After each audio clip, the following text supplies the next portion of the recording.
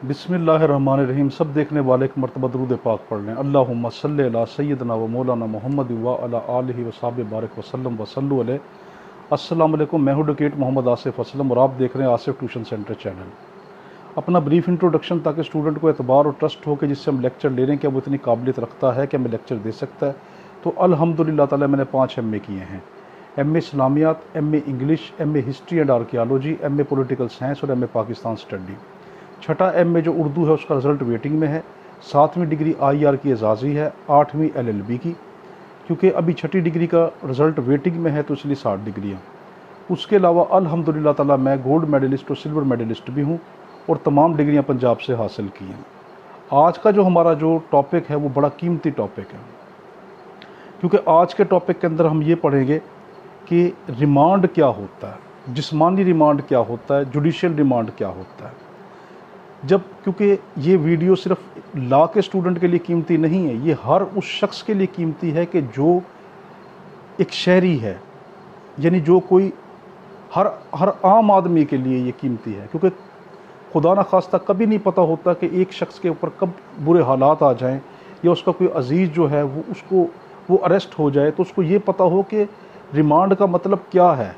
क्या police remand के दौरान उसको मारेगी, पीटेगी, तशद्दुद करेगी, क्या होगा उसके साथ। फिर रिमांड ख़त्म मैं कैसे करवाऊँ, और रिमांड ख़त्म करवाने का तरीका क्या है, और रिमांड ख़त्म करवाने के बाद अब क्या होगा, अब कौन सा रिमांड जारी होगा। क्योंकि रिमांड तो 2 होते हैं, एक फ़िज़िकल होता है, एक जुडिशल होता है। जब फिज़िकल से जाएगा वो जुडिशल में चला जाएगा। अब जुडिशल से उसको कैसे छुड़वाएं, फ़िज़िकल से आपने छुड़वा लिया है, जिस्मानी रिमांड से उसको छुड़वा लिया है, अब जुडिशल रिमांड से कैसे उसको करवाएं। तो फिर रिमांड के दौरान उसके क्या क्या हकूक़ होते हैं, क्या सब हकूक़ उसके ख़त्म हो जाते हैं, क्या रिमांड के दौरान उसको जिस तरह चाहे पुलिस मारे पीटे जो चाहे करे। और फिर औरत का रिमांड कैसे होता है, क्या औरत का रिमांड होता भी है या नहीं, अगर होता है तो किन हालात में होता है। और औरत का रिमांड क्या जेल में होगा या पुलिस स्टेशन में होगा। जेल और चीज़ होती है, पुलिस स्टेशन और चीज़ होता है। जेल के अंदर कभी किसी को मारा पीटा नहीं जाता, पुलिस स्टेशन में मारा पीटा जाता है। मगर आज हम देखेंगे कि क्या हम पुलिस को रोक सकते हैं मारने पीटने से, और कैसे रोक सकते हैं। ठीक है। फिर अगर औरत का रिमांड मजिस्ट्रेट जारी करेगा तो वो क्या जेल में होगा, अगर जेल में लिया जाएगा तो उसके साथ कौन बैठ कर रिमांड लेगा। और अगर ऐसे हालात पैदा हो गए कि औरत को पुलिस स्टेशन लेके आना ज़रूरी हो जेल से, तो क्या वो जेल से निकाल कर पुलिस स्टेशन लाई जाएगी, और अगर वो पुलिस स्टेशन लेकर आई जाएगी तो फिर वो कितनी देर पुलिस स्टेशन में रहेगी, उसके साथ कौन कौन होगा। ठीक है। इसके अलावा हम देखेंगे कि जुडिशल रिमांड में और फिज़िकल रिमांड में क्या फ़र्क है, रिमांड देने का अख्तियार किस जज को है, और कितने दिनों का रिमांड होता है। ये तमाम माइक्रो पॉइंट इंशाल्लाह हम इसमें देखेंगे। ये बड़ा कीमती लेक्चर है स्टूडेंट के लिए भी और आम शख्स के लिए भी, क्योंकि मैंने ये कहा था कि अब हम इंशाल्लाह जितने भी लेक्चर देंगे वो इस स्टाइल में देंगे कि हम स्टूडेंट को बताते जाएंगे कि आप पहली हेडिंग ये लिखें, अब इसके नीचे ये वाली लाइन लिखें, दूसरी हेडिंग ये लिखें, अब इसके नीचे ये लाइन लिखें, ताकि उस स्टूडेंट के एक नोट्स भी बन जाएंगे और वो अपने नोट्सों से अच्छे तरीके से तैयारी करेगा। जिस तरीके से हम आपको पढ़ा रहे हैं इंशाअल्लाह ताला, अगर आप इस तरीके से सवाल लिखते हैं, आप देखें इंशाअल्लाह ताला आप टॉप क्लास नंबर लेंगे, हो सकता है आप गोल्ड मेडल भी ले लें। तो बाकी अल्लाह ताला के ऊपर, क्योंकि अल्लाह ताला की ज़ात के इख्तियार में है कि एक इंसान के नसीब में क्या लिखा है, मगर इतना पता है कि अल्लाह किसी की मेहनत को रायगा नहीं भेजता। तो आज हम शुरू करते हैं लॉ ऑफ रिमांड। स्टूडेंट जो है पहली हेडिंग दें, लॉ ऑफ रिमांड, हेडिंग दे दी। अब इसके नीचे एक और हेडिंग आप बनाएं, literal meaning of remand. Remand का लिटरल मीनिंग यानी कि लिटरेचर में इसका क्या मीनिंग है, आम मफहूम में इसका क्या मीनिंग है। इसका आम मफहूम में मीनिंग क्या, पहली लाइन लिखेंगे, to send back to legal authority. ठीक है, कि उस शख्स को, रिमांड का मतलब है उस शख्स को लीगल अथॉरिटी के पास दोबारा वापस भेज देना, यानी to send back to legal authority, उस शख्स को लीगल अथॉरिटी के पास वापस भेज देना। अब अगली लाइन लिखें, this legal authority may be police और नॉट, ये कि वो लीगल अथॉरिटी पुलिस हो भी सकती है और पुलिस नहीं भी हो सकती। ये ज़रूरी नहीं है कि पुलिस ही लीगल अथॉरिटी हो, कि पुलिस के पास ही रिमांड देने के लिए भेजा जाए। क्यों। अब अगली तीसरी लाइन आप लिखें, this legal authority may be any other legal agencies, for example NAB, capital में लिखेंगे NAB, नैब। आपने अक्सर पेपर में, इसमें न्यूज़ में सुना होगा कि आज नैब ने फलां शख्स को अरेस्ट कर लिया, नैब ने रिमांड लिया। इस तरह बेशुमार एजेंसीज़ हैं कि जो एक शख्स को अरेस्ट कर सकती हैं, उसका रिमांड ले सकती हैं। ठीक है, तो ये ज़रूरी नहीं है कि पुलिस ही रिमांड लेगी। तो ठीक है, आपने पहली हेडिंग क्या बनानी, लिटरल मीनिंग। उसके बाद क्या लिख दिया, to send back to legal authority. आगे अगली लाइन क्या लिखी, it may be police or not. तीसरी क्या लिखी, it may be an other agency, for example NAB, capital में लिखेंगे। अगली हेडिंग स्टूडेंट आप दें रेलिवेंट प्रोविजंस, कि इसके साथ रिमांड के साथ कौन कौन से सेक्शन जो है वो आपस में इंटर रिलेटेड हैं। हम ये आप ये सेक्शन सारे लिख दें, मगर हमारा जो टॉपिक है ना उसमें हम ये सारे सेक्शन नहीं पढ़ेंगे, क्योंकि ये सेक्शन जो है ये पेपर पॉइंट ऑफ व्यू से और आम उससे इतने कीमती नहीं है। हम इसके अंदर जो रेलिवेंट सेक्शन है ना वो पढ़ेंगे, मगर आप लिखें सारे सेक्शन, ठीक है, क्योंकि आपको याद हो कि ये वाले सेक्शन भी साथ उसके अटैच होते हैं।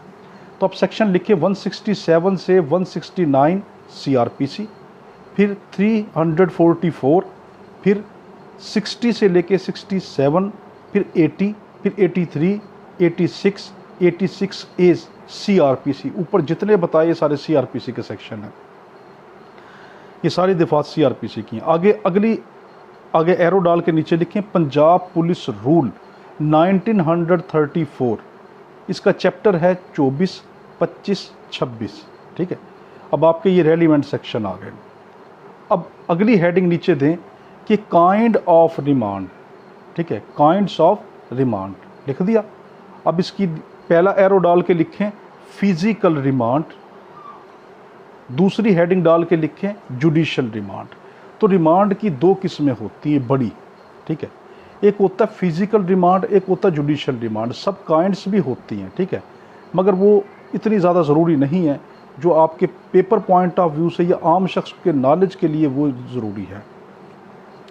तो कौन सी है, फिजिकल रिमांड और जुडिशल रिमांड। ठीक है, ये अब अगली हेडिंग आप देखें, अब सेक्शन वाइज ऑपरेशन। ठीक है, हमने कहा था कि सेक्शन के तहत आपको पढ़ाएंगे। क्यों, उसका फ़ायदा ये होगा कि आपका एक रजिस्टर बन जाएगा और वो ज़िंदगी में आपके इंशाल्लाह बहुत काम आएगा कि जब भी आपको ये पता हो कि इस जुर्म पे कौन सी सेक्शन लगनी है और उसका पूरा का पूरा डिटेल, वो भी सिंपल वर्डिंग में आपके पास रजिस्टर के अंदर आपका महफूज होगा। फौरी खोलने का आपको पता चल जाएगा इसका मतलब ये, और साथ सिंपल वर्डिंग में उसकी हेडिंग भी होगी, हेडिंग भी दी होगी, उसकी लाइनें भी लिखी होंगी, उसकी एक्सप्लेनेशन भी दी होगी। और ये आपके लिए बड़ा कीमती होगा, क्योंकि अक्सर जो लॉ की बुक्स, टेक्स्ट बुक होती हैं, मेजर एक्ट्स होते हैं, उसके अंदर इतने मुश्किल तरीके से लिखा होता है कि शुरू में स्टूडेंट को जो है उसकी इतनी समझ नहीं आती, तो उनके लिए बड़ी अहम चीज़ बन जाएगी। तो आप क्या लिखें, सेक्शन वाइज ऑपरेशन आ गई। अब आप पहली सेक्शन लिखें सेक्शन 60। ठीक, अब इसकी हेडिंग दें। ठीक है, अब इसकी हेडिंग दे person arrested to be taken before a magistrate या officer in charge of police station. Heading क्या दी, person arrested to be taken before a magistrate और officer in charge of police station, कि जो शख्स अरेस्ट किया जाएगा उस शख्स को पुलिस स्टेशन के, उसको या तो मजिस्ट्रेट के पास पेश किया जाएगा या officer in charge of police station के पास पेश किया जाएगा, जो SHO होगा उसके पास पेश किया जाएगा। ठीक है, अब यहाँ पे एक कीमती पॉइंट है कि एक शख्स को अरेस्ट जब किया जाता है तो कौन कौन सी सेक्शन के तहत अरेस्ट किया जाता है। देखो, अरेस्ट करने के काफ़ी कवानीन हैं। कहीं पर ऐसा है कि विदाउट वारंट अरेस्ट किया जाता है, उसमें सबसे मशहूर जो सेक्शन है वो 54 है CRPC की। कहीं पर उसको वारंट के साथ अरेस्ट किया जाता है, कहीं पर सिविल अरेस्ट होता है, कहीं पे उसको प्रिवेंटिव अरेस्ट होता है, कहीं पे प्रिवेंटिव डिटेंशन होती है, खाली नज़रबंद किया जाता है। ठीक है, ये सारी अरेस्ट ही हैं, मगर उसकी बॉडी को कब्ज़े में कैसे लिया जाता है, हकीकत में अरेस्ट क्या है। ठीक है, तो आपको मुख्तलिफ लोग मुख्तलिफ बात कहते मिलेंगे, मगर आप जब उनको ये सेक्शन 46 उनको बताएंगे ना कि देखो 46 के तहत ही, क्योंकि मैंने जितनी बड़ी बड़ी लॉ बुक्स में देखा है 46 को ही माना गया है कि उसके तहत ही पुलिस एक शख्स की बॉडी को कन्फाइन कर लेती है, कब्जे में ले लेती, घेरे में डाल देती है। ठीक है, तो घेरे में डालना ही तो अरेस्ट है ना, बाकी वो अरेस्ट की काइंड्स होंगी। ठीक है, तो तो 46 के तहत जो है पुलिस किसी भी शख्स की बॉडी को कन्फाइन करती है, उसमें तरीका बताया गया किस तरीके से उसको अरेस्ट करेगी, ठीक। यानी उस शख्स को वो टच नहीं करेगी। अगर वो अपने हाथ को सरेंडर कर देता है कि जी क्या नाम है, मैं अपने हाथ खड़े कर रहा हूँ, आप मुझे अरेस्ट कर लें, तो ये नहीं कि उसको थप्पड़ों से शुरू हो जाए, मारना पीटना शुरू हो जाए, उसकी इंसल्ट करते हुए लेकर आएँ, ये पुलिस को अख्तियार बिल्कुल भी नहीं है, ठीक है। अगर एक शख्स अपने आप को आराम से सरेंडर कर रहा है, पुलिस को अख्तियार इसका नहीं होता, ठीक है। तो क्या आपने पहली हेडिंग क्या दी, section 60, person arrested to be taken before a magistrate or officer in charge of a police station, ये हेडिंग आ गई। अब इसकी पहली लाइन लिखें, arrested by police without warrant under section 54 CRPC, कि ज़्यादातर पुलिस जो है वो अंडर सेक्शन 54 CRPC के तहत विदाउट वारंट एक शख्स को अरेस्ट करती है। तो 60 जो है सेक्शन, इसके अंदर पहली शर्त क्या लिखी गई कि वो शख्स विदाउट वारंट अरेस्ट होना ज़रूरी है, ठीक है। अगर वारंट के साथ जो है वो अरेस्ट हुआ, नहीं, विदाउट वारंट इस सेक्शन में लिखा विदाउट वारंट। अगली लाइन क्या लिखें, shall without unnecessary delay, shall का लफ्ज़ आया, यानी मैंडेटरी प्रोविज़न है, ज़रूर करना पड़ेगी। अगर पुलिस ऐसा नहीं करती, पुलिस के खिलाफ बहुत अच्छी कार्रवाई हो जाएगी, ठीक है।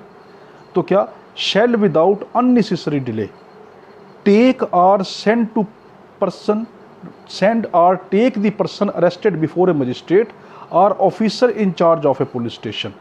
60 क्या बताती है, ये बताती है कि अगर किसी शख्स को विदाउट वारंट कोई पुलिस वाला गिरफ्तार करके लेके आया, तो उसकी जिम्मेदारी है कि बग़ैर किसी डिले के, अगला सेक्शन उसका पीरियड भी बताएगा कितना डिले, यहाँ पे क्या कहा, बग़ैर किसी डिले के वो क्या करेगा, वो मजिस्ट्रेट के पास उसको पेश कर देगा। अगर मजिस्ट्रेट के पास पेश नहीं किया तो जो SHO है उसके सामने पेश करेगा कि मैं इस शख्स को अरेस्ट कर लेकर आया हूँ, यानी जो inspector in charge of police station होता है उसके सामने पेश करेगा या मजिस्ट्रेट के सामने पेश करेगा, ठीक है।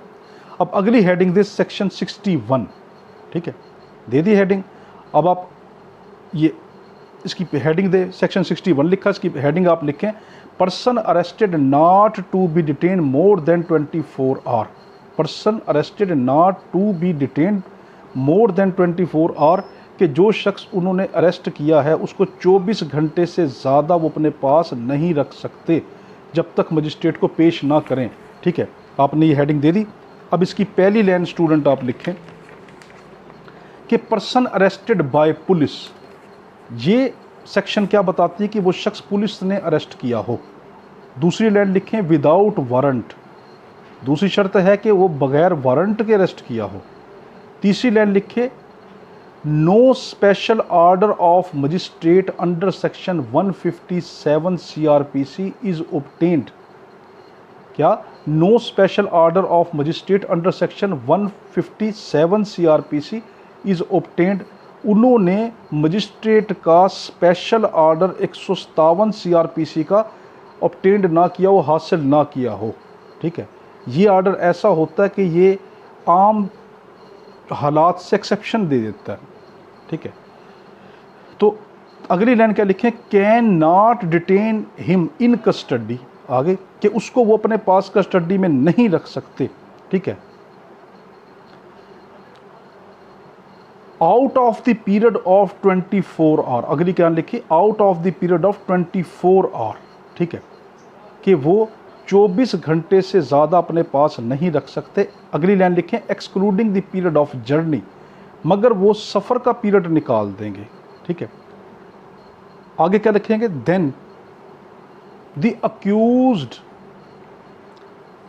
Will presentated before the magistrate, जो अक्यूज्ड है उसको प्रेजेंट किया जाएगा मजिस्ट्रेट के सामने। अब देखो हमने, अब जहन क्लियर करें, अब आप देखें हमने क्या देखा। हमने ये देखा कि जब कोई शख्स अरेस्ट होता है तो अरेस्टेड पर्सन को अगर वो विदाउट वारंट अरेस्ट होता है तो सेक्शन 60 क्या कहती है कि उस शख्स को जो पुलिस वाला अरेस्ट करके लेके आएगा उसको बगैर किसी डिले के वो मजिस्ट्रेट के सामने पेश करेगा या officer in charge of police station के सामने SHO के सामने पेश कर देगा, ठीक है। सेक्शन 61 क्या कहती है कि अगर उस शख्स को बगैर वारंट के अरेस्ट किया है तो पुलिस उस शख्स को ड्यूटी बाउंड है हर हालत में मजिस्ट्रेट के सामने पेश करेगी। वो कितने पीरियड तक अपने पास रख सकती है? 24 घंटे से 1 मिनट भी ज़्यादा ना हो, ठीक है। हाँ, वो पीरियड निकाल देगी कि उसको जो पीरियड के दौरान पुलिस स्टेशन से लेकर मजिस्ट्रेट तक पहुंचने में जो उसको सफ़र के दौरान जो पीरियड आया वो पीरियड निकाल देगी, वो पीरियड एक्सक्लूड हो जाएगा।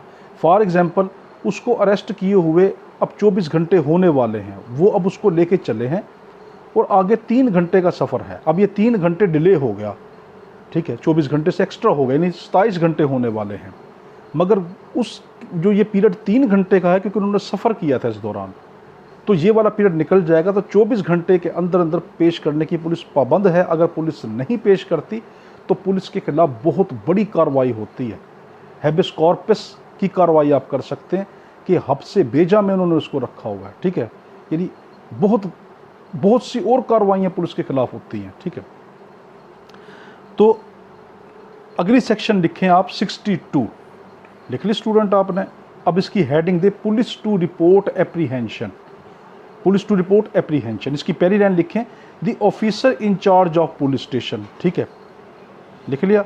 दूसरी लाइन क्या लिखें? शैल रिपोर्ट टू जिला नाजिम या डिस्ट्रिक्ट सुपरिटेंडेंट ऑफ पुलिस या डिस्ट्रिक्ट पब्लिक सेफ्टी कमीशन, ठीक है, कि officer in charge of police station shall report to जिला नाजिम या डिस्ट्रिक्ट सुपरिटेंडेंट ऑफ पुलिस और डिस्ट्रिक्ट पब्लिक सेफ्टी कमीशन, इनको सिमिल्टेनियसली इनको रिपोर्ट करेगा, ठीक है। आगे अगली लाइन लिखें वेयर नो जिला नाजिम इन सम पार्टिकुलर डिस्ट्रिक्ट, कि जिन पार्टिकुलर डिस्ट्रिक्ट के अंदर कोई ज़िला नाज़म ना हो तो then the district coordinating officer has the authority, तो जो डिस्ट्रिक्ट कोऑर्डिनेशन जो ऑफिसर है उसकी अथॉरिटी होगी। द पुलिस, हाँ, तो the police report, the police will report, अगली लिखे the police will report that we have arrested a person without a warrant, ठीक है। अगली हेडिंग क्या लिखे? The police will report that we have arrested a person without warrant. अगली line क्या लिखें कि in the area of our station jurisdiction, in the area of our station jurisdiction. यानी अब इस सेक्शन में क्या कहा गया? सेक्शन 62 में ये कहा गया पुलिस जैसे किसी शख्स को अरेस्ट करती है तो वो पाबंद है कि वो किसको बताएगी, यानी शेल का लफ्ज़ आया, मैंडेटरी प्रोविज़न है, वो रिपोर्ट करेगी ज़िला नाज़िम को या डिस्ट्रिक्ट सुपरिटेंडेंट ऑफ पुलिस को करेगी या डिस्ट्रिक्ट पब्लिक सेफ्टी कमीशन को रिपोर्ट करेगी, इनको रिपोर्ट करेगी सिमिल्टेनियसली एक के बाद एक, ठीक है, यानी इकट्ठा इनको रिपोर्ट करती चली जाएगी। आगे है व्हेन नो ज़िला नाज़िम, अगर जिस इलाके में ज़िला नाज़िम ना हुआ तो वहाँ किसको रिपोर्ट करेगी कि then to district coordination officer, उसको रिपोर्ट करेगी कि हमने अपने इलाके के पुलिस स्टेशन के एरिया ऑफ जुरिस्डिक्शन में उसकी जो कानूनी हदूद थी उसके अंदर हमने एक शख्स को अरेस्ट किया है विदाउट वारंट, ठीक है। अब असल हमारा शुरू हुई कहानी रिमांड, ठीक है। ये तो वो था कि अभी उसको पकड़ा है और उसको रिपोर्ट की है आगे, ठीक है, पेश किया। अब आगे रिमांड कैसे होता है? तो हेडिंग दे remand under section 167 CRPC, remand under section 167 CRPC 167 CRPC के तहत रिमांड, ठीक है। हकीकत में लफ्ज़ रिमांड इस्तेमाल नहीं होता, ठीक है, मगर उर्फ़ आम में रिमांड ही कहते हैं, ठीक है। तो इसकी सब सेक्शन लिखें 167 CRPC के नीचे लिखें सब सेक्शन 1, ठीक है। अब पहली लाइन लिखें person arrested or detained in custody. पहली शख्स ये है कि वो शख्स गिरफ्तार होना ज़रूरी है, बग़ैर गिरफ्तारी के किसी का जिस्मानी रिमांड नहीं होता। हम रिमांड पढ़ रहे हैं, ठीक है, फिज़िकल रिमांड पढ़ रहे हैं, जुडिशल रिमांड नहीं है। हमने देखा रिमांड की 2 किस्में हैं, एक है फिज़िकल रिमांड यानी जिस्मानी रिमांड लेना, एक है जुडिशल रिमांड, उसको जेल का रिमांड लेना, ठीक, जेल भेज देना, वो बाद में देखेंगे। अब हम पढ़ रहे हैं जिस्मानी रिमांड, फिज़िकल रिमांड।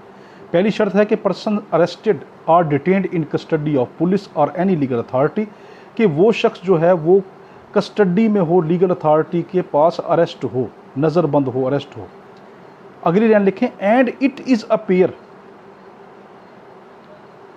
और ये लगता हो investigation can not be completed within the period of 24 hour fixed by section 61 CRPC। और ऐसे पुलिस को लगता, उसने शख्स को अरेस्ट कर लिया और पुलिस को ऐसे लगता हो कि 24 घंटे का जो पीरियड जो सेक्शन 61 ने दिया है, 61 ने जो पीरियड दिया है कि 24 घंटे तक आप उसको रख सकते हैं, तो पुलिस को लगता है कि 24 घंटे के अंदर अंदर हमारी तफ्तीश मुकम्मल नहीं होगी, हम इससे कुछ हासिल नहीं कर सकते, कुछ उगलवा नहीं सकते। तब अगली लाइन लिखें, but there are grounds that accusation and information are well founded. और पुलिस को ये लगता हो कि अगर हम इस शख्स को 24 घंटे से ज़्यादा रखेंगे तो इसके पास कोई ऐसा मवाद है या कुछ ने ऐसा जुर्म किया है या इसके पास कोई ऐसी इन्फॉर्मेशन है कि हम इससे वो इन्फॉर्मेशन निकलवा सकते हैं, इससे जुर्म जो है कबूल करवा सकते हैं, इसके ख़िलाफ़ हम इन्वेस्टिगेशन कर सकते हैं। पुलिस को ये लगता हो, ये शराइत हैं रिमांड की, ठीक है।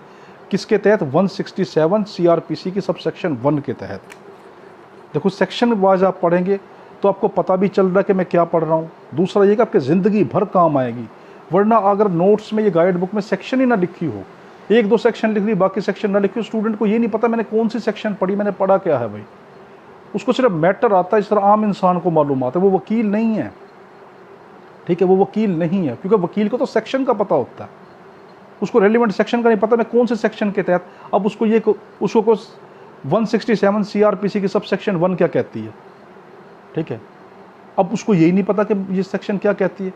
हाँ, ये पता होगा कि हाँ उसको 24 घंटे के अंदर अंदर जो है रिमांड के लिए पेश किया जाएगा।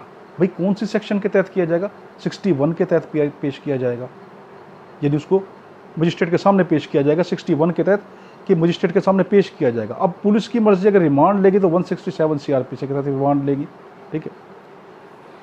तो अगली लाइन क्या लिखें? Then officer in charge of police station or investigation officer not below the rank of sub inspector. अगली लाइन क्या लिखी? Then officer in charge of police station or investigation officer not below the rank of sub inspector shall का लफ्ज है, shall take him to the nearest magistrate along with the copy of entries in the diary, ठीक है। अब section 1 complete हुई, sub section 1 complete हुई 167 CRPC की। इसने क्या बताया? इसने कहा कि पहली शर्त ये रिमांड लेने की, सब सेक्शन 1 ने कहा 167 CRPC की, इसने पहला क्या कहा कि शख्स अरेस्ट होना ज़रूरी है। फिर उस अरेस्टेड पर्सन के बारे के अंदर 24 घंटे का पीरियड गुजरने वाला है और पुलिस को ये लगता है कि नहीं, मैं इस 24 घंटे का पीरियड के अंदर अंदर मैं से कोई चीज़ हासिल नहीं कर सकूंगी, मगर पुलिस को पक्का ये लग चुका है कि मुझे ये शख्स कोई ना कोई इन्फॉर्मेशन दे सकता है, इसने कोई जुर्म किया है या ये जुर्म के बारे में कुछ जानता है, ठीक है, उसमें इन्वॉल्व है जुर्म में। तो अब पुलिस क्या करेगी कि उस शख्स को जो है वो या तो officer in charge of police station या कोई भी इन्वेस्टिगेशन ऑफिसर जो सब इंस्पेक्टर से नीचे रैंक का ना हो, नीचे ओहदे का ना हो, उसका ओहदा सब इंस्पेक्टर से नीचे वाला ना हो, तो वो क्या करेंगे? जो पुलिस डायरी होगी उस डायरी को साथ लेकर, इस मुलजिम को साथ लेकर मजिस्ट्रेट, जो करीबी मजिस्ट्रेट होगा उसके सामने पेश कर देंगे। अब इसी के सब सेक्शन 2 बताएगी कि वो मजिस्ट्रेट जो है वो अथोराइज हो भी सकता है या नहीं भी हो सकता।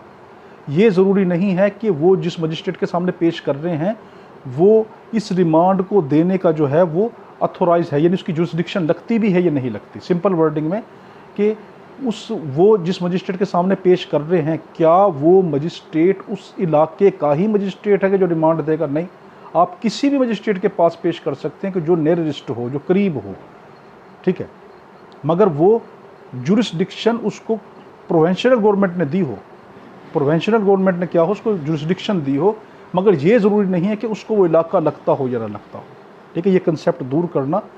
सेक्शन के जो मजिस्ट्रेट दर्जा दोम का और दर्जा सोम का, मजिस्ट्रेट जो है सेकंड क्लास और थर्ड क्लास, अगर इसको प्रोविंशियल गवर्नमेंट ने इसको क्या नाम है अथॉरिटी नहीं दी तो ये रिमांड नहीं दे सकते। हाँ, फर्स्ट क्लास मजिस्ट्रेट जो रिमांड दे सकता है, मगर क्या उसको इलाका वो लगता है तब भी दे सकता है, इलाका नहीं लगता तब भी दे सकता है, ठीक है।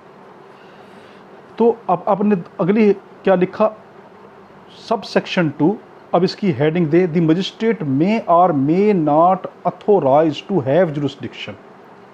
द मजिस्ट्रेट मे और may not have to, the magistrate may और may not authorise to have jurisdiction के मजिस्ट्रेट उस इलाके की जुरिस्डिक्शन रखता हो या ना रखता हो, यानी उसको इलाका लगता हो या ना लगता हो, उसके दायरे इख्तियार में आता हो या ना आता हो, ठीक है। ये नहीं कि आप कहें कि जो सेकंड क्लास का मजिस्ट्रेट वो भी रिमांड दे सकता है, थर्ड क्लास का भी दे सकता है। ये कंसेप्ट क्लियर कर लें कि सेकंड क्लास और थर्ड क्लास का मजिस्ट्रेट रिमांड नहीं देगा, हम आगे पढ़ेंगे। अगर उसको सूबाई हुकूमत ने इजाज़त नहीं दी, उसको एम्पावर्ड नहीं किया, वो नहीं दे सकता, फर्स्ट क्लास देता है। हाँ, ये नहीं ज़रूरी कि वो उस इलाके की वो रखता हो या ना रखता हो। तो हेडिंग क्या दी थी, मजिस्ट्रेट में और may not authorise to have jurisdiction, ये हेडिंग आ गई। अब नीचे पहली लाइन के लिखे, द मजिस्ट्रेट में और may not have jurisdiction to grant the remand. आ गया। अगली लाइन क्या लिखें, स्टूडेंट आप लिखें अगली लाइन अपनी कि may time to time can grant the detention of such person, कि उस शख्स को वो हिरासत में रखने के लिए वक्त के साथ साथ वो ग्रांट कर सकता, रिमांड ग्रांट कर सकता। यहाँ पे डिटेंशन का लफ्ज़ इस्तेमाल हुआ है, मगर डिटेंशन का मतलब रिमांड ही होता है, ठीक है। अगली लाइन लिखें, not exceeding the period of 15 days as a whole, कि 15 दिन से ज़्यादा वो रिमांड नहीं दे सकता, ठीक। तो अभी आपने क्या देखा सब सेक्शन 2 के अंदर कि मजिस्ट्रेट जिसको इलाका लगता हो या ना लगता हो, ठीक है, वो वक्त थोड़े थोड़े वक्त के साथ उसको रिमांड देगा। वो ज़्यादातर रिमांड 2 दिन 3 दिन इस तरह देता है, 1 दिन 2 दिन, एकदम इकट्ठा 15 दिन का रिमांड नहीं देता, ठीक है। ये प्रैक्टिस में नहीं है कि 15 दिन का इकट्ठा रिमांड दिया जाए। हाँ, कोई ऐसे हालात हों, कोई स्पेशल ऑर्डर हो तब हो सकता है, वैसे नॉर्मल पोजीशन में 15 दिन का पुलिस रिमांड इकट्ठा नहीं ले सकती, ठीक है। तो वो रिमांड जो है वो 15 दिन से ज़्यादा ना हो। अगली लाइन क्या लिखें, if he has no jurisdiction to try the grant, ये हेडिंग दे दें, सब सेक्शन 2 की ही हेडिंग एक नई बना लें। If he has no jurisdiction to try the case, अगर वो केस को ट्राई नहीं कर सकता, यानी अपने इस केस का ट्रायल नहीं चला सकता, तो may forward to such magistrate having jurisdiction, उस मजिस्ट्रेट के सामने पेश कर देगा जिसको जुरिस्डिक्शन लगती हो। अब इसको पॉइंट को गौर से समझें।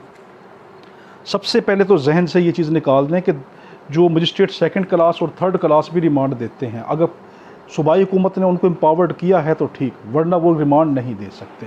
फर्स्ट क्लास मजिस्ट्रेट रिमांड देता है, मगर फर्स्ट क्लास मजिस्ट्रेट के लिए ज़रूरी नहीं है कि उसको वो इलाका भी लगता हो कि जिस इलाके को वो रिमांड दे सकता है। कोई भी पुलिस वाला आकर उससे, किसी भी स्टेशन वाला उससे आकर रिमांड ले सकता है। अब वो रिमांड दे देगा। रिमांड देने के बाद अगर वो केस आगे नहीं चला सकता, यानी उसको इलाका नहीं लगता जुरिस्डिक्शन वाला, अब वो क्या करेगा, इसी केस को आगे उस मजिस्ट्रेट के पास रेफ़र कर देगा कि मैंने इतने दिन का रिमांड दिया, अब ये केस आपका, इसको ट्राई आप करें, ठीक है। यानी ये वाली बात की। प्रोवाइडेड आ गया, देखो इसी के अंदर सब सेक्शन 2 के अंदर ही अब आ गया यही वाला कि सेकंड और थर्ड वाला नहीं दे सकता, ठीक है। Provided no magistrate of second and third class, आप पहली लाइन लिखी, not specially empowered by the provincial government in this behalf shall authorize in the detention of police, वो नहीं दे सकता पुलिस को रिमांड, ठीक है। तो क्या सेकंड और थर्ड क्लास मजिस्ट्रेट रिमांड देने का अख्तियार नहीं रखता। आगे है कि रिकॉर्डेड दी रीज़न, तीसरी हेडिंग, तीसरे सब सेक्शन 3 लिखेंगे इसी की, उसमें लिखेंगे रिकॉर्डेड दी रीज़न, ठीक है। पहली लाइन लिखिए, magistrate that is authorize to grant physical remand, वो मजिस्ट्रेट जो फिजिकल रिमांड देने की अथोराइज है।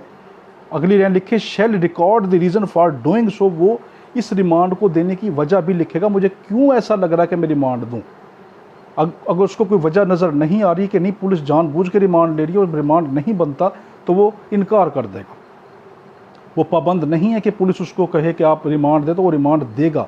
वो पहले वजह देखेगा, डायरी को इंस्पेक्शन करेगा, जो उन्होंने पुलिस ने आगे कागजात पेश किए उसको देखेगा, पुलिस उसको आगे कन्वेंस करेगी मजिस्ट्रेट को कि मजिस्ट्रेट साहब हमें क्या नाम है, बहुत ज़्यादा पक्की इन्फॉर्मेशन है और ये शख्स जो है इससे हम कुछ ना कुछ हासिल कर सकते हैं। जब मजिस्ट्रेट जो है सेटिस्फाई हुआ तो रिमांड देगा, वरना नहीं। और जब वो सेटिस्फाई होगा तो वो पाबंद है, शेल का लफ्ज़ है, कि वो लिखेगा राइटिंग में कि मैंने रिमांड क्यों दिया है। जब भी रिमांड देगा वो आगे लिख के देगा कि मैंने रिमांड क्यों दिया, मुझे क्या लगा, मैंने रिमांड क्यों दिया। ठीक है, अब इसी के सबसेक्शन 4 है। अब इसकी हेडिंग दें, forward a copy to session जज, कि वो सेशन जज को उसकी कॉपी फॉरवर्ड करेगा, जो रिमांड देगा उसकी कॉपी सेशन जज को फॉरवर्ड करेगा। पहली लाइन लिखें, this empowered magistrate shall forward a copy of this order along with his reason to the session जज। ठीक है, कि आपने क्या हेडिंग दी, forward a copy to a session जज। क्या लिखा, this empowered magistrate shall forward a copy of this remand along with his reason to the session जज, कि वो फॉरवर्ड कर देगा सेशन जज को अपनी रीज़न के तहत कि मैंने इसको क्यों रिमांड दिया है। ठीक है, अब 5वीं इसकी सेक्शन आ गई कि औरत का रिमांड। अब हेडिंग दें, remand of a female. Sub section 5 क्या बताती है, 167 की सब सेक्शन 5 बताती है रिमांड ऑफ फीमेल। आ गया औरत का रिमांड। पहले तो ये देख लें कि औरत का जो रिमांड होता है ना, वो आम हालात में नहीं दिया जाता। कत्ल का केस हो, डकैती का, संगीन नोयत का केस हो, तब जाके रिमांड मजिस्ट्रेट अलाउ करता है, वरना रिमांड औरत का नहीं होता। तो आपने हेडिंग क्या दी, सब सेक्शन 5 हेडिंग क्या दी, remand of a female. When the accused is a female, पहली लाइन लिखी, when the accused is a female involving in the case of कत्ल और डेक्वेटी, के involving in the case of कत्ल और डेक्वेटी, कि वो कत्ल या डकैती में, डेक्वेटी यानी डकैती के अंदर जो है वो इन्वॉल्व है। अगली लाइन क्या लिखें, supported by reason to be recorded in writing. Reason लिखेगा कि क्यों रिमांड दे रहा हूं। The magistrate authorize her detention in the police custody, तब पुलिस की कस्टडी में उसका रिमांड देगा। देखो पहली शर्त क्या, कि वो औरत है, मजिस्ट्रेट के सामने पेश हुई, कत्ल का केस है या डकैती का केस है, बड़ी संगीत नोयत के केस हैं, तब रिमांड होगा। मामूली केस में औरत का रिमांड नहीं होता, जिस्मानी रिमांड नहीं होता, वो जुडिशियल रिमांड पे चली जाती है।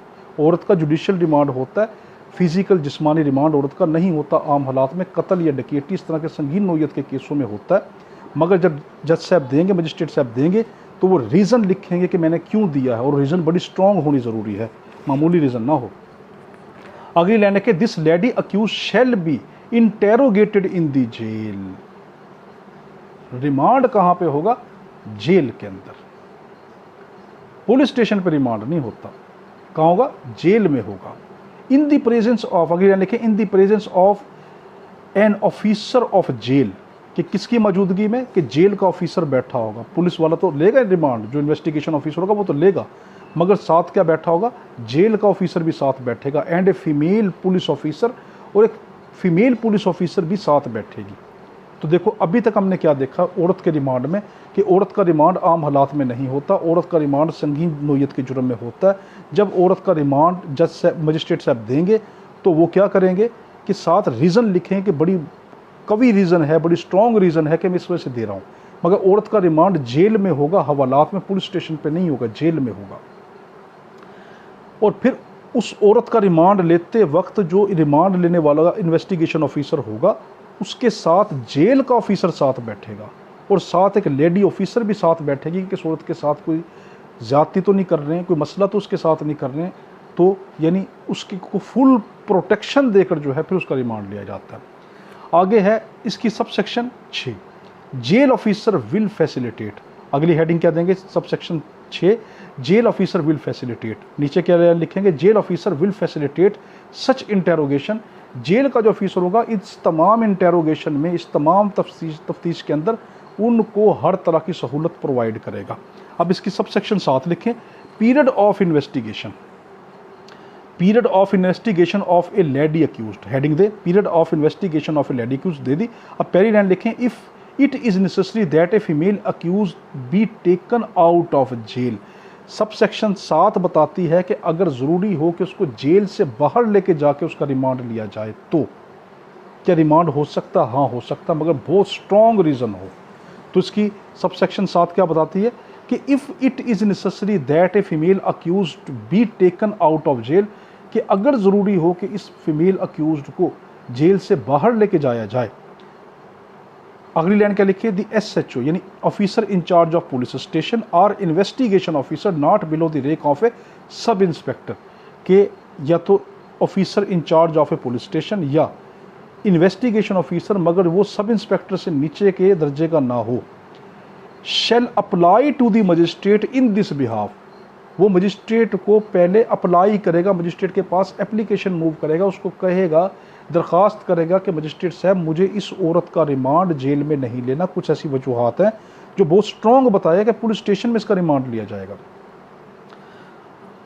आगे क्या है, अगली लाइन लिखें, एंड मजिस्ट्रेट में का लफ्ज आया, for the reason to be recorded in writing, कि मजिस्ट्रेट जो है वो अपनी रीज़न फिर रिकॉर्ड करेगा, permit the taking of such female accuse out of jail, अब इजाज़त दे देगा कि इस औरत को जेल से आप लेके बाहर जा सकते हैं।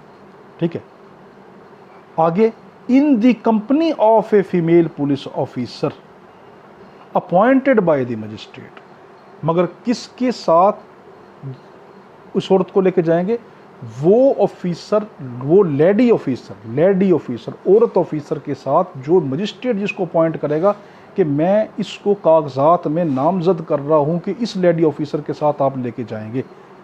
बगैर लेडी ऑफिसर के जेल से पुलिस वाले औरत को निकाल कर पुलिस स्टेशन से जेल से बाहर उसकी इन्वेस्टिगेशन नहीं कर सकते।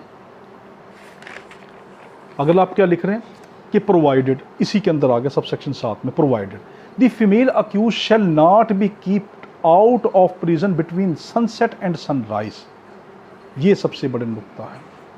अगर उस औरत को जेल से बाहर निकाल कर रिमांड उसका लिया जाएगा तो वो सूरज ढलने के बाद और सूरज तुलू होने से पहले उसका रिमांड नहीं होगा, यानी सिंपल वर्डिंग में रात के औकात में फीमेल औरत का रिमांड नहीं होता, उसका दिन के पीरियड में रिमांड होता है। तो हमने अभी तक क्या देखा है सब सेक्शन के अंदर कि औरत का रिमांड कैसे होता है। आम हालात में औरत का रिमांड पुलिस नहीं, मजिस्ट्रेट साहब नहीं देते, कभी वजह होगी, बहुत स्ट्रॉन्ग रीज़न होगी तब देंगे, मगर केस कत्ल का या डकैती का या संगीन नोयत का हो, मगर उसका रिमांड कहाँ पे अलाउ होगा, जेल के अंदर। पुलिस स्टेशन हवालात में नहीं होगा, जेल में होगा। और जब जेल में रिमांड होगा तो इन्वेस्टिगेशन जो ऑफिसर रिमांड ले रहा होगा उसके साथ जेल का ऑफिसर बैठेगा, पुलिस लेडी ऑफिसर बैठेगी, तब रिमांड होगा। अगर पुलिस को लगता है कि मुझे ये मैं रिमांड जेल में नहीं लेना, मुझे जेल से बाहर लेना है, कोई ऐसी स्ट्रॉन्ग रीज़न है, तो वो मजिस्ट्रेट को अप्लाई करेंगी। मजिस्ट्रेट उसको बात को अगर एक्सेप्ट करता है तो अपनी रीज़न लिखेगा मैं रिमांड क्यों दे रहा हूँ, मगर एक लेडी ऑफिसर को अपॉइंट करेगा कि तुमने साथ साथ रहना है। और फिर इस औरत का रिमांड रात के औकात में नहीं हो सकता, सूरज गुरूब होने के बाद और तुलू होने से पहले उसका रिमांड नहीं होगा, ये डे टाइम में होगा, नाइट टाइम में नहीं होगा। अब अगली सेक्शन हम पढ़ रहे हैं, एक सेक्शन हमारी ख़त्म होगी रिमांड की 167 CRPC की, अब दूसरी सेक्शन है 168 CRPC। अब इसकी हेडिंग दे स्टूडेंट, आप हेडिंग दे इसकी कि रिपोर्ट ऑफ इन्वेस्टिगेशन बाय सब ordinate police officer, report of investigation by सब ऑर्डिनेट पुलिस ऑफिसर, कि जो पुलिस ऑफिसर जो IO है, इन्वेस्टिगेशन ऑफिसर है जो इन्वेस्टिगेशन कर रहा है, वो इस सेक्शन के तहत क्या करेगा, इंचार्ज पुलिस स्टेशन जो है, SHO जो है इंचार्ज ऑफ पुलिस स्टेशन, उसको क्या करेगा, अपनी इस कार्रवाई की रिपोर्ट देगा, मैं क्या क्या कार्रवाई कर रहा हूँ, मैंने क्या कार्रवाई की, उसकी रिपोर्ट देगा। इस सेक्शन में ये बताया। पहली लाइन लिखें, when under this chapter any subordinate police officer has made any investigation, इस चैप्टर के तहत जिस पुलिस वाले ने कोई इन्वेस्टिगेशन की हो मगर सब ऑर्डिनेट हो, ठीक है, मातहत हो SHO के, ठीक है, यानी सब इंचार्ज पुलिस स्टेशन के मातहत हो, officer in charge of police station के, he shall report the result of such investigation to the officer in charge of police station, कि वो रिपोर्ट देगा पुलिस स्टेशन के इंचार्ज को, उस पुलिस स्टेशन के नाजिम को, यानी पुलिस स्टेशन के SHO को रिपोर्ट देगा कि मैंने अभी तक इन्वेस्टिगेशन में क्या किया, उसका रिजल्ट बताएगा। ये था हमारा रिमांड का, ठीक है। अब रिमांड से मुताल्लिक अहम नुकात हम पढ़ेंगे। अब स्टूडेंट आप हेडिंग दें कि इम्पोर्टेंट पॉइंट्स, ठीक है, आ गया। अब पहली लाइन लिखें, पर्सन मस्ट बी अरेस्टेड, शख्स अरेस्ट होना ज़रूरी है, ठीक है। दूसरी line, must be physically produce before the magistrate, वो मजिस्ट्रेट के सामने जिस्मानी हालत में खड़ा हो तब रिमांड मिलेगा, वरना नहीं। पहली शर्त कि वो अरेस्ट होना ज़रूरी, दूसरा जिस्मानी हालत में मजिस्ट्रेट के सामने खड़ा हो, ठीक है। तीसरी इंपॉर्टेंट पॉइंट क्या है, after satisfaction magistrate grant remand, after satisfaction magistrate में ग्रांट रिमांड, कि जब मजिस्ट्रेट मुतमिन होगा तो ग्रांट जो रिमांड है वो ग्रांट कर सकता है, रिमांड दे सकता है। जिस्मानी रिमांड, जिस्मानी रिमांड की बात हो रही है, जुडिशियल रिमांड की बात नहीं हो रही, वो अभी देखेंगे। आगे है कि अगली लाइन आप लिखें, magistrate will record the reason for such remand. अब मजिस्ट्रेट उस रिमांड की रीज़न लिखेगा, मैं इसको रिमांड क्यों दे रहा हूँ। अगली लाइन लिखें, no continuous remand will be awarded. Continuous remand जो है वो अवार्ड नहीं किया जाता। It may be granted with the interval of 2 और 3 डेज। ये 2 या 3 दिन का जो है रिमांड दिया जाता है, 2 दिन का, 3 दिन का, इस तरह इकट्ठा 15 दिन का रिमांड नहीं होता।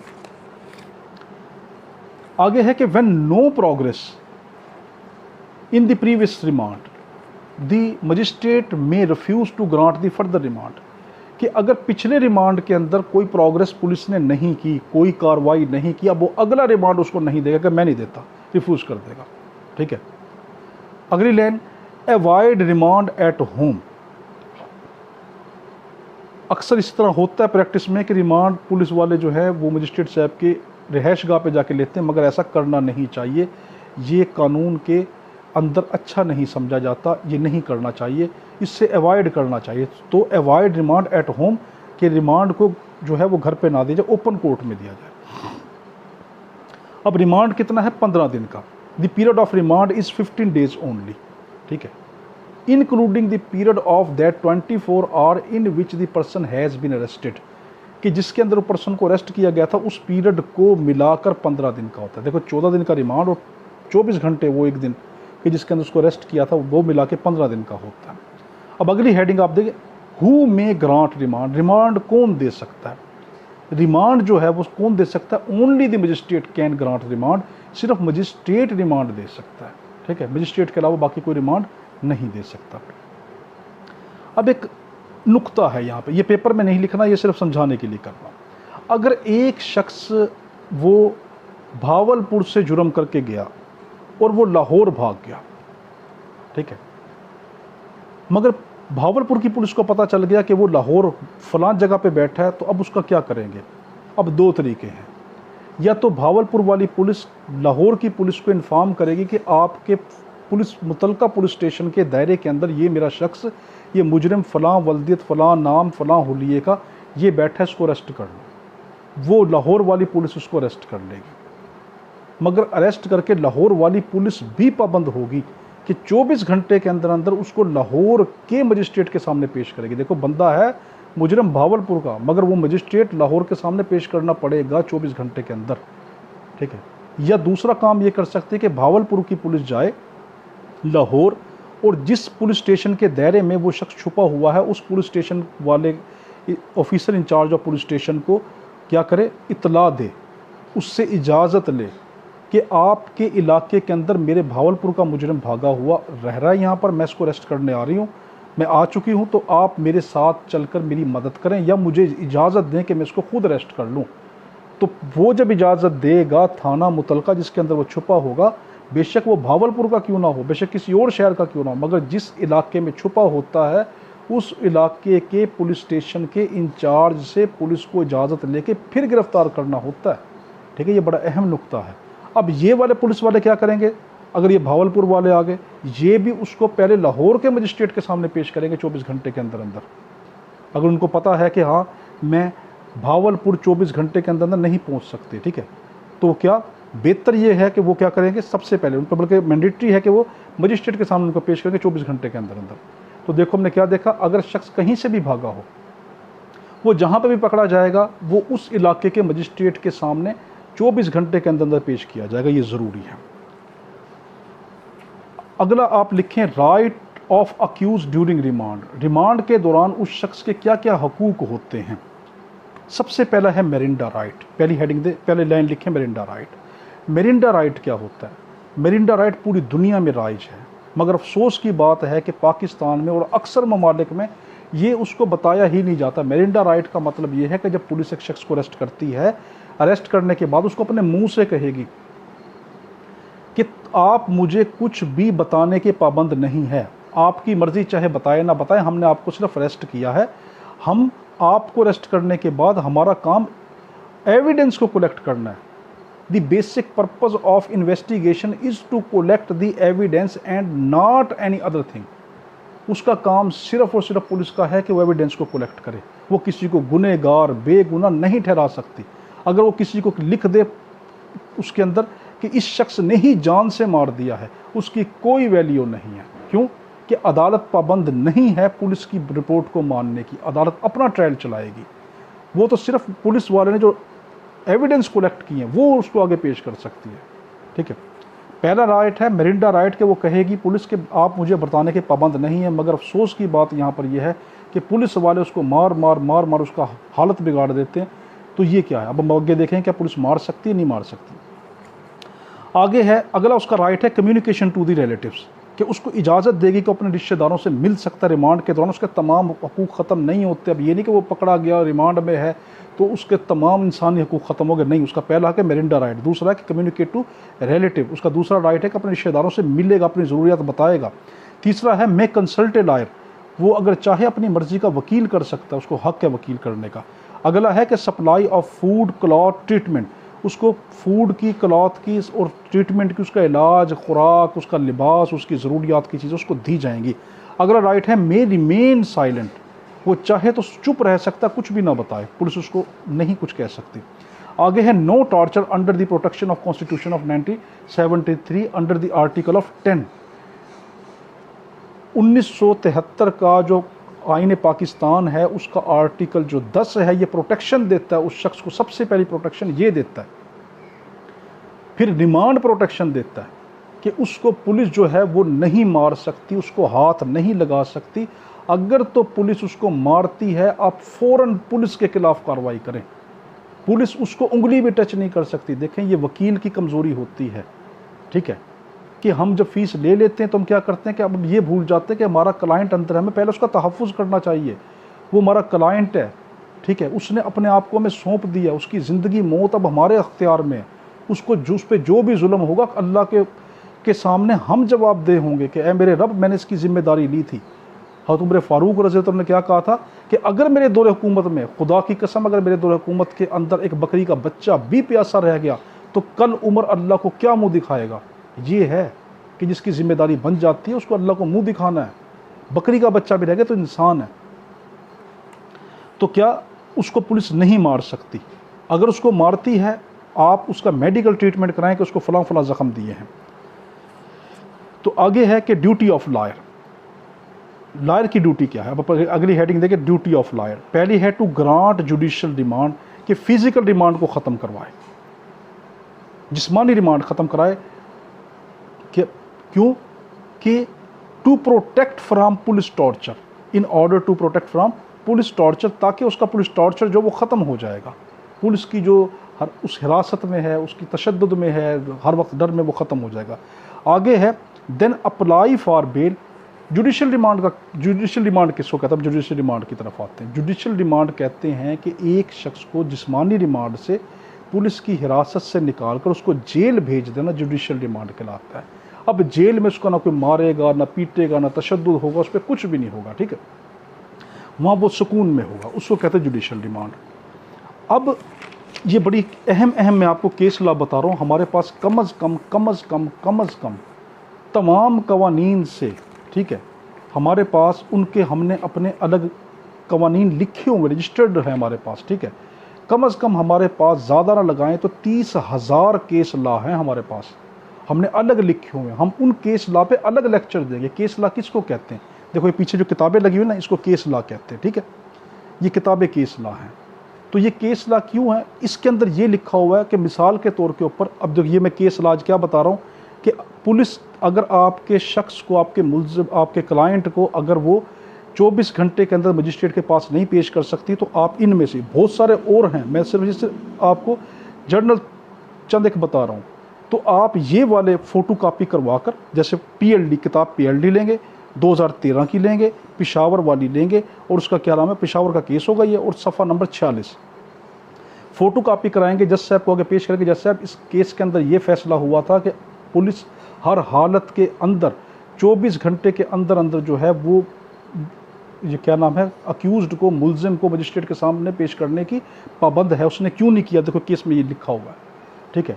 तो अब ये केस ला आपके केस को मजबूत कर देते हैं, ठीक है।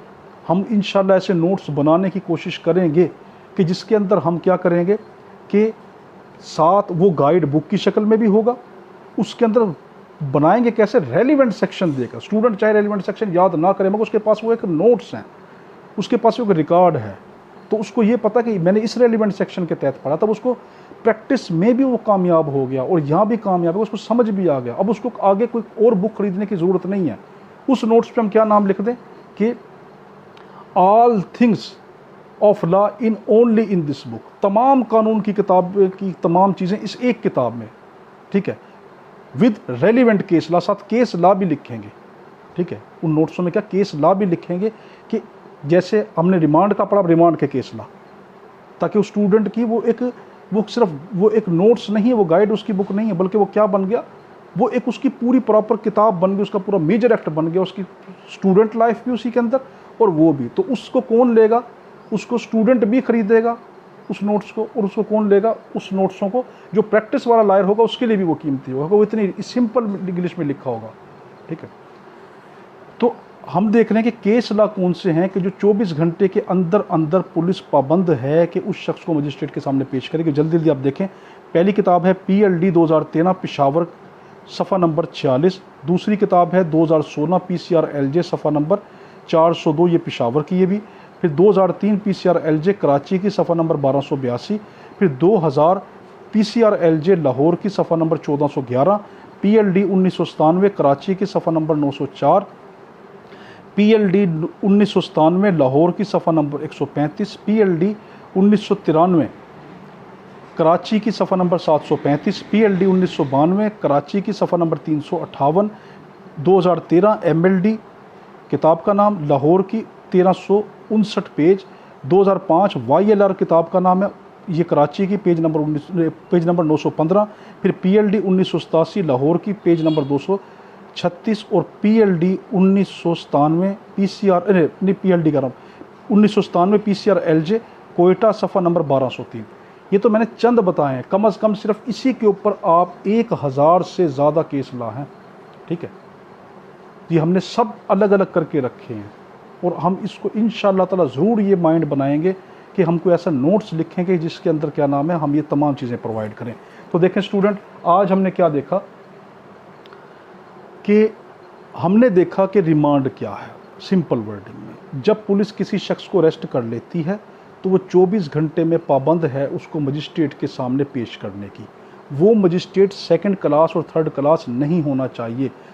अगर सेकंड क्लास थर्ड क्लास है, हाँ, अगर उसको सूबाई हुकूमत ने उसको इजाज़त दी है, एम्पावर्ड कर दिया, फिर तो ठीक, वरना एम्पावर्ड नहीं होते, ठीक है। अगर एम्पावर्ड किया है तो फिर तो वो रिमांड दे सकता, वरना वो रिमांड नहीं देगा। फर्स्ट क्लास मजिस्ट्रेट हो, वो कोई भी किसी भी इलाके का हो, आप भावलपुर के किसी भी थाने के जो मजिस्ट्रेट को आप पेश कर सकते हैं, सिर्फ भावलपुर का नहीं, आप किसी भी इलाके में पेश कर सकते हैं। तो आप 24 घंटे के अंदर पुलिस पाबंद है कि उसको जो करीबी मजिस्ट्रेट उसके सामने पेश करेगी। उसके बाद क्या है कि फिर मजिस्ट्रेट देखेगा कि मैं इसको रिमांड क्यों दे रहा हूँ, वो रीज़न रिकॉर्ड करेगा। अगर पिछले रिमांड के अंदर उन्होंने कोई कार्रवाई नहीं की होगी तो रिमांड को रिफ्यूज़ कर देगा। औरत का रिमांड सिर्फ कत्ल, डकैती और संगीन नोयत के जुर्म में होता है, मगर वो जेल में होता है। जेल का ऑफिसर, जो जेल का ऑफिसर है वो साथ बैठेगा, एक लेडी ऑफिसर साथ बैठेगी। हाँ, अगर पुलिस ये कहे कि मैंने जेल से बाहर लेना है तो वो एप्लीकेशन मूव करेगी, मजिस्ट्रेट को मनाएगी, मजिस्ट्रेट सारी रीज़न लिखेंगे, फिर उसका रिमांड देंगे। मगर क्या वो रात के टाइम का रिमांड नहीं होगा, डे टाइम का रिमांड होगा, मगर उसके साथ एक लेडी ऑफिसर अपॉइंट करेंगे कि ये उसके साथ साथ रहेगी जब वो जेल से बाहर रहेगी, ठीक है। रिमांड के दौरान एक शख्स के तमाम हकूक़ ख़त्म नहीं होते, उसके मेरिंडा राइट भी हैं, उसको खाना पीना, उसको रिश्तेदारों से मिलना, वकील करना, उसका इलाज, मुआवजा, उसके तमाम हकूक़ जो हैं वो रहते हैं। आज हमने यहाँ तक किया। कोई क्वेश्चन हो तो आप कमेंट में पूछ सकते हैं। हमारे हक़ में दुआ करना। अल्लाहुम्मा सल्ली अला सय्यिदिना मौलाना मुहम्मद व अला आलिहि व सल्लम व सल्लु अलैहि। अल्लाह हाफ़िज़।